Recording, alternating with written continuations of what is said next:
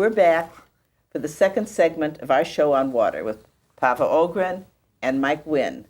We're going to talk about the future of water in the county. Now, if you missed the first show, maybe we'll run it again. But they did once say, a long time ago, that more people have died over water rights in the state of California than over mining gold. So water has always been a problem in the state of California. When I first moved here in the 60s, I was told that California is a dry state. It's supposed to be a desert.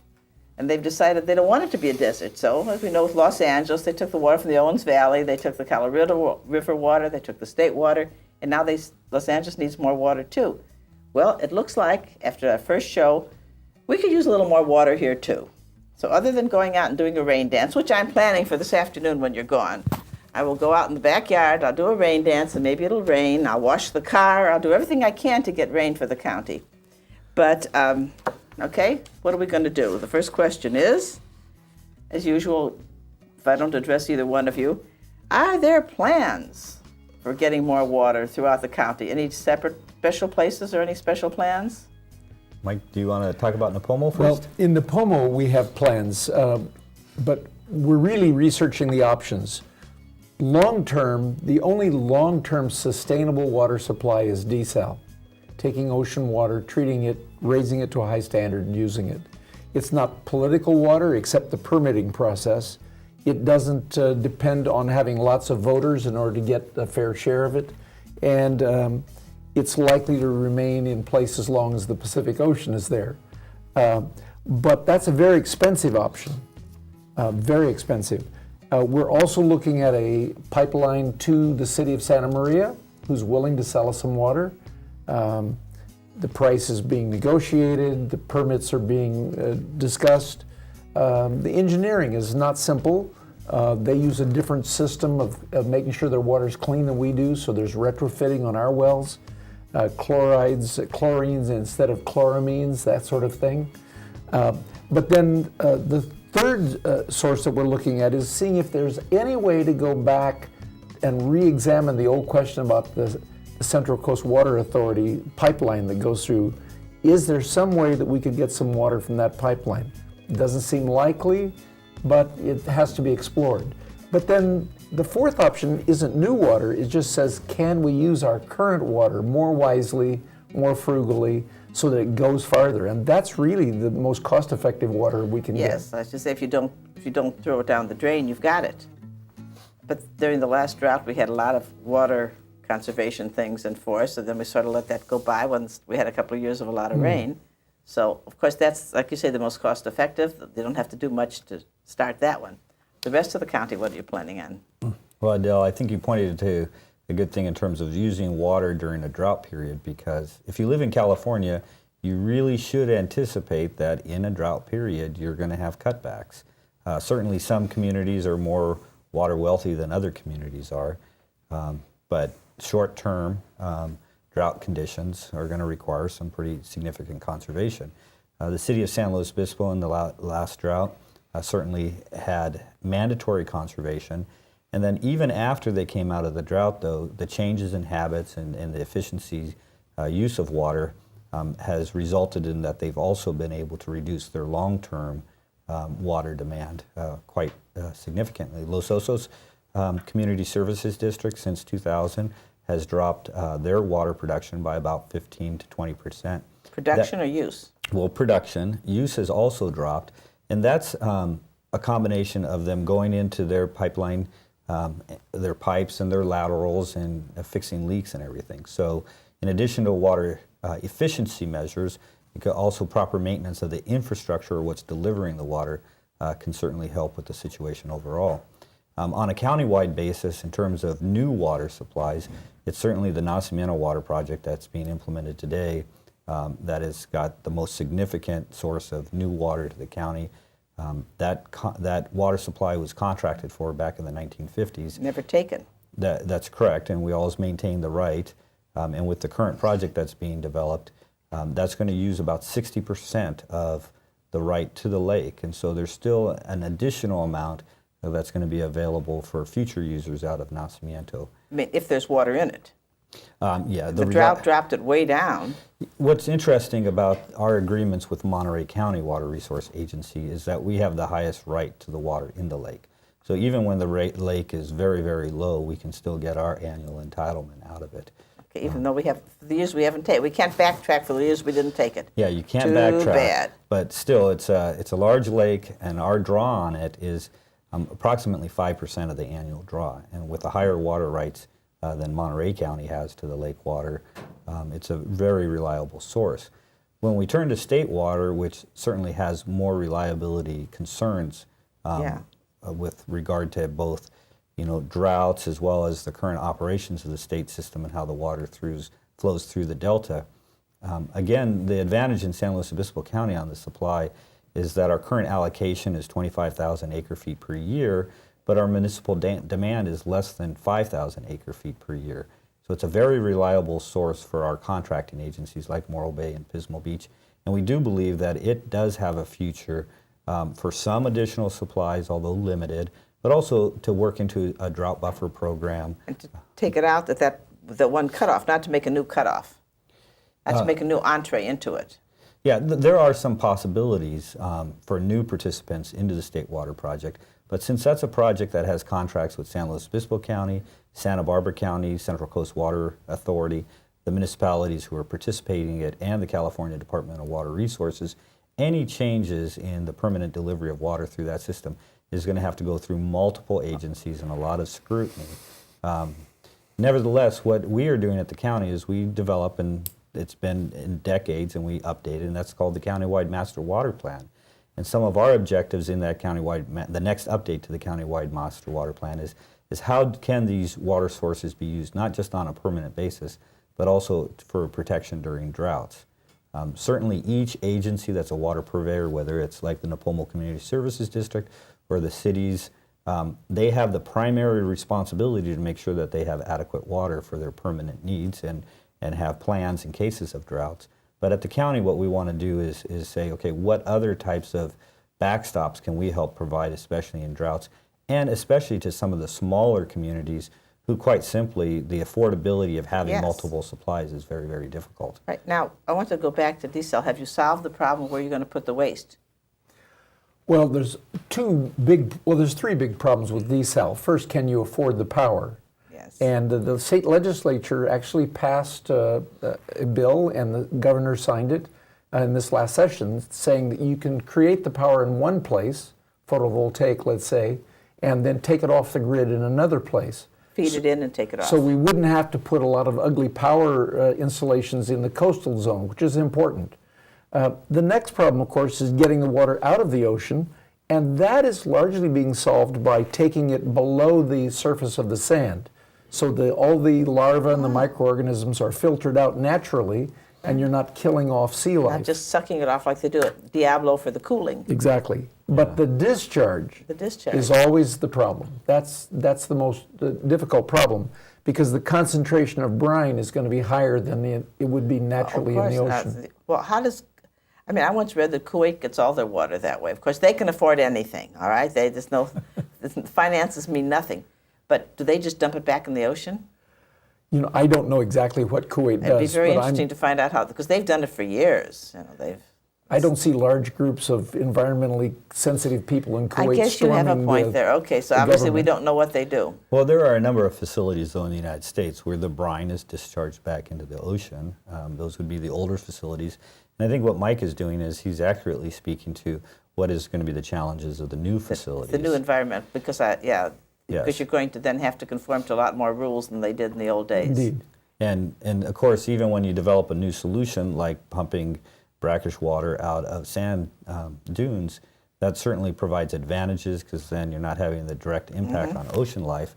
If the sand dunes happen to, though, have a lot of organic matter in there from prior vegetation that had lived there, you might be pumping out that organic matter, which on your typical membranes for desalinization facilities would foul them up, clog them up, and so then you have to have pre-treatment. Not to mention the sand that you're going to be pumping through.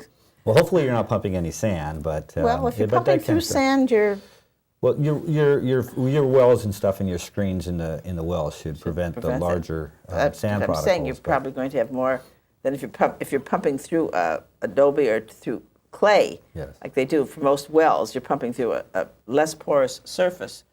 When you're bringing up your water, stuff is not leaching into it from the sides like you would from a sand well. Well, the Nipomo Mesa is one of the largest sand dunes in the North Yes. American continent, so all of our wells are Coming with very sand. adept at screening out sand. So you know how to do it already. Well, it'll be interesting to watch you.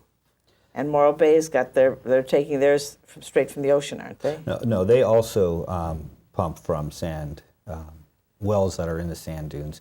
Theirs is an example where they have some pre-treatment challenges, historically have, because of the organic matters that they can pick up out of those wells. But these technical issues certainly are things that the water resource engineers in doing designs can solve.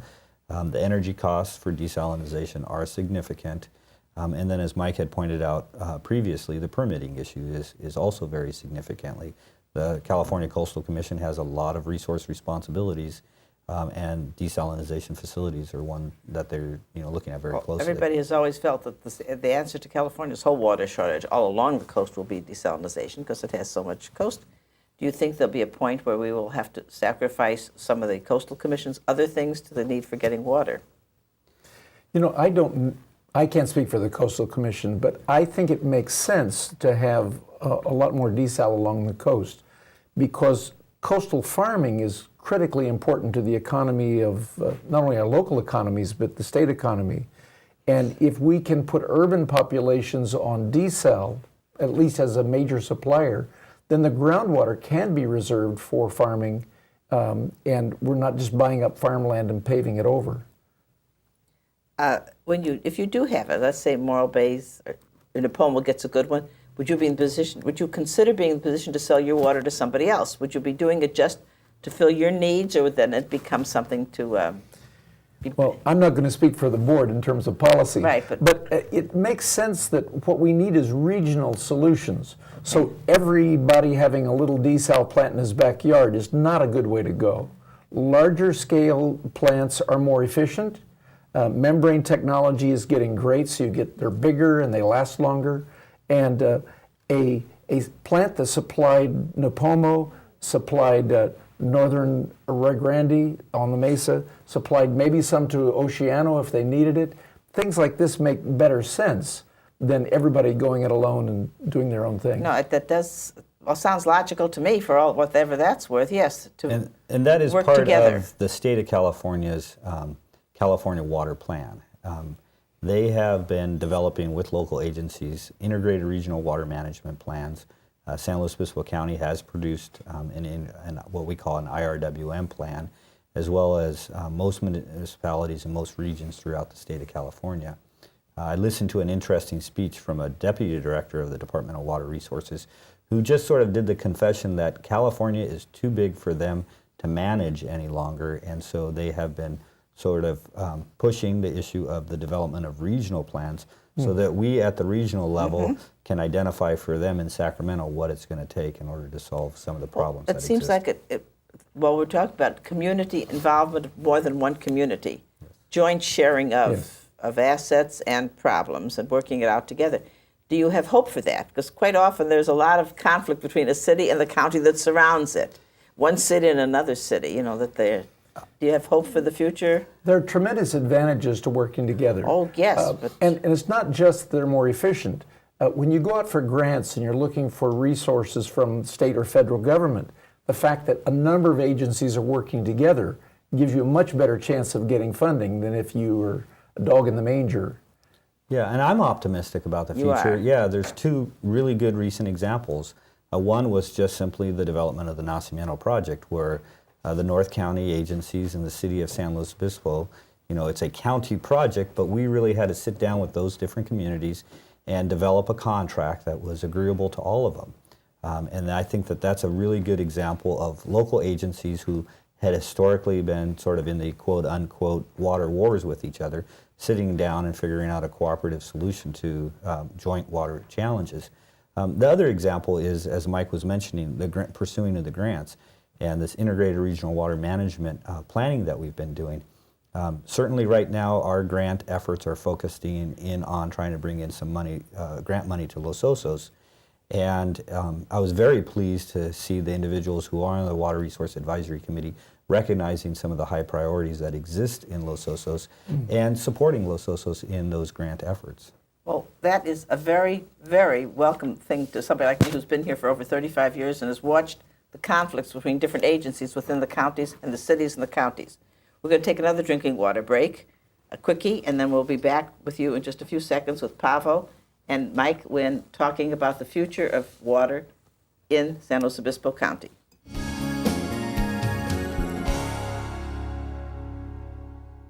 We're back at the last little segment of the second show on water in San Luis Obispo County with Mike Wynn from Nipomo, Pavo Ogren from the County of San Luis Obispo. Well, we just heard the most exciting news in the whole program so far. You are getting cooperation between cities and county and things like that, because like I say, when I first moved here, that was one of the biggest problems. Everybody was out for their own self. Now they're beginning to realize, at least in water, there has to be some cooperation or we're going to have problems. That's right, Adele. And I'll tell you that the county and the cities are all working well together, too. Ron Mund, for example, who's done exemplary work here in the city of San Luis Obispo. In fact, he led the statewide effort to create landscape standards, has been very helpful to the county and to other communities. Pavo is very soon going to be head of the entire Public Works Department for the county government. And he has coordinated this integrated water management plan. And also they created a Water Resource Advisory Committee, which I work with. And that has representatives from all of the cities in the county, as well as the larger universities, the community service districts, the prison. Almost everybody you can think of is on board. Well, and it also includes agricultural interest and environmental interest. And I think that, part of the efforts of developing cooperation are really understanding the perspectives of all of them.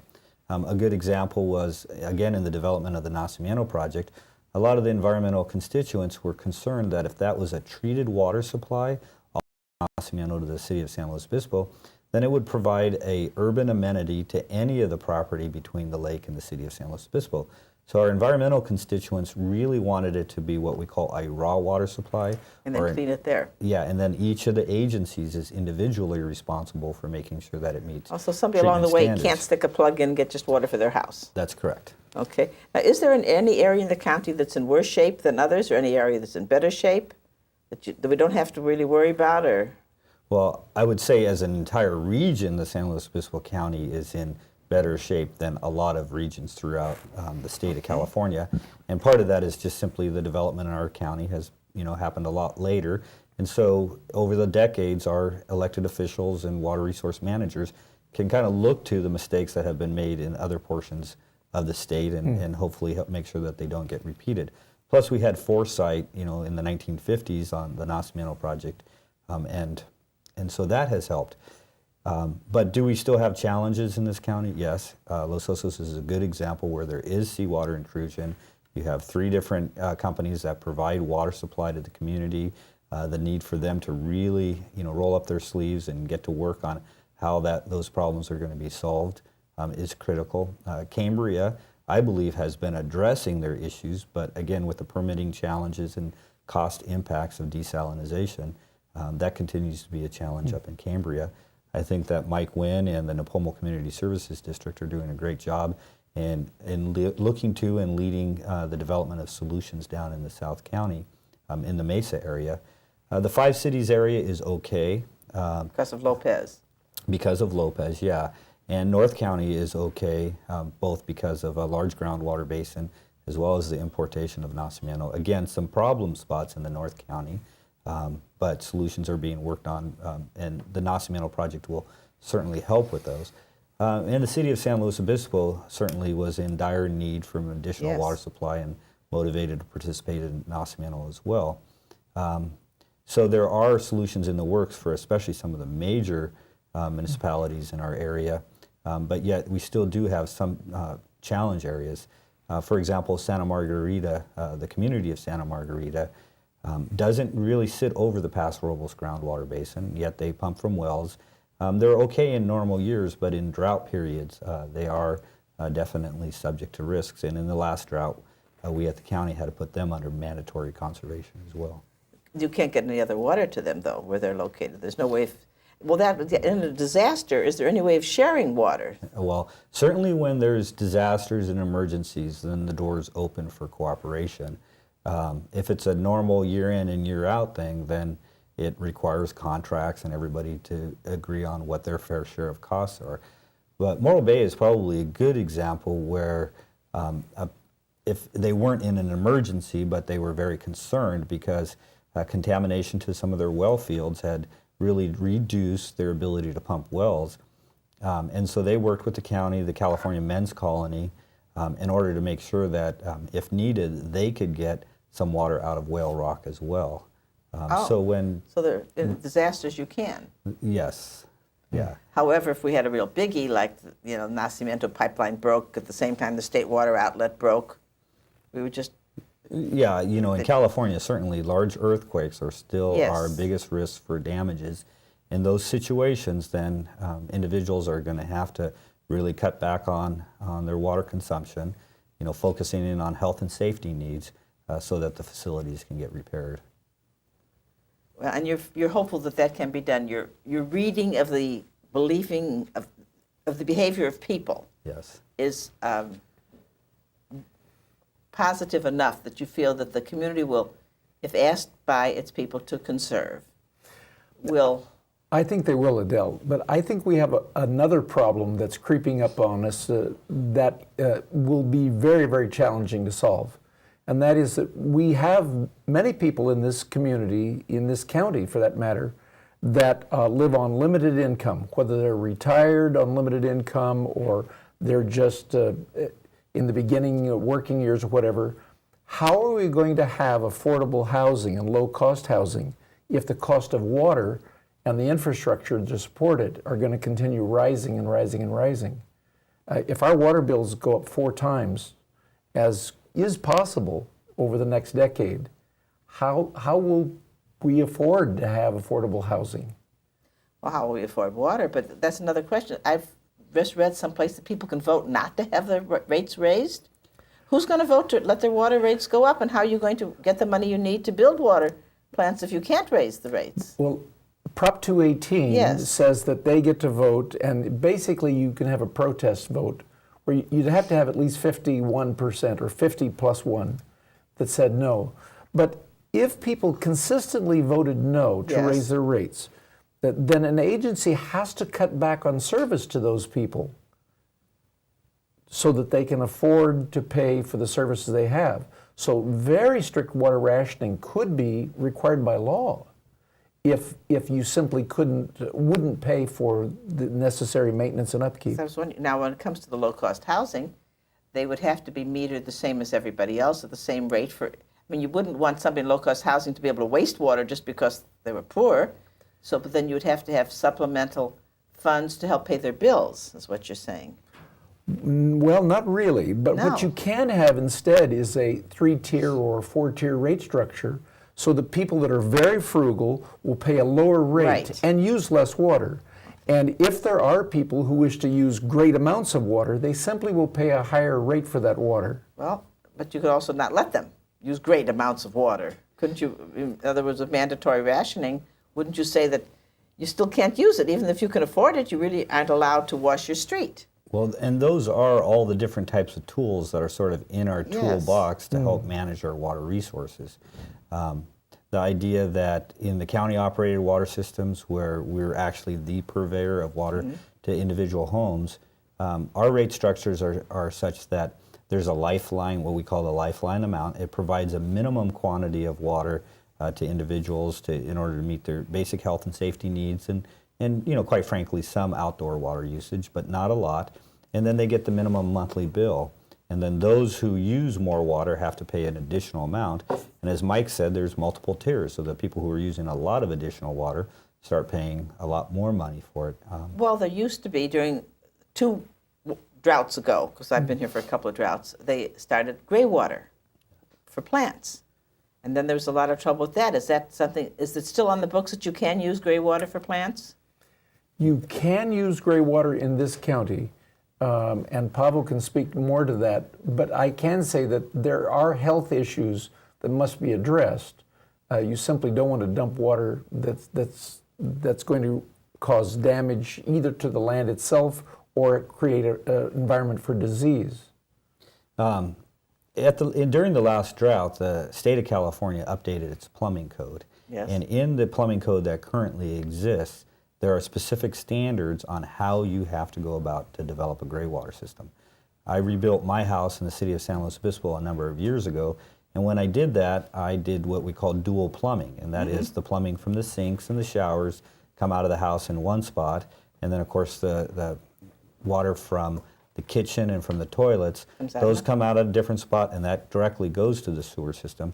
And I did that, and I got that incorporated into my permit on my rebuild project so that I could be set up to do a gray water system.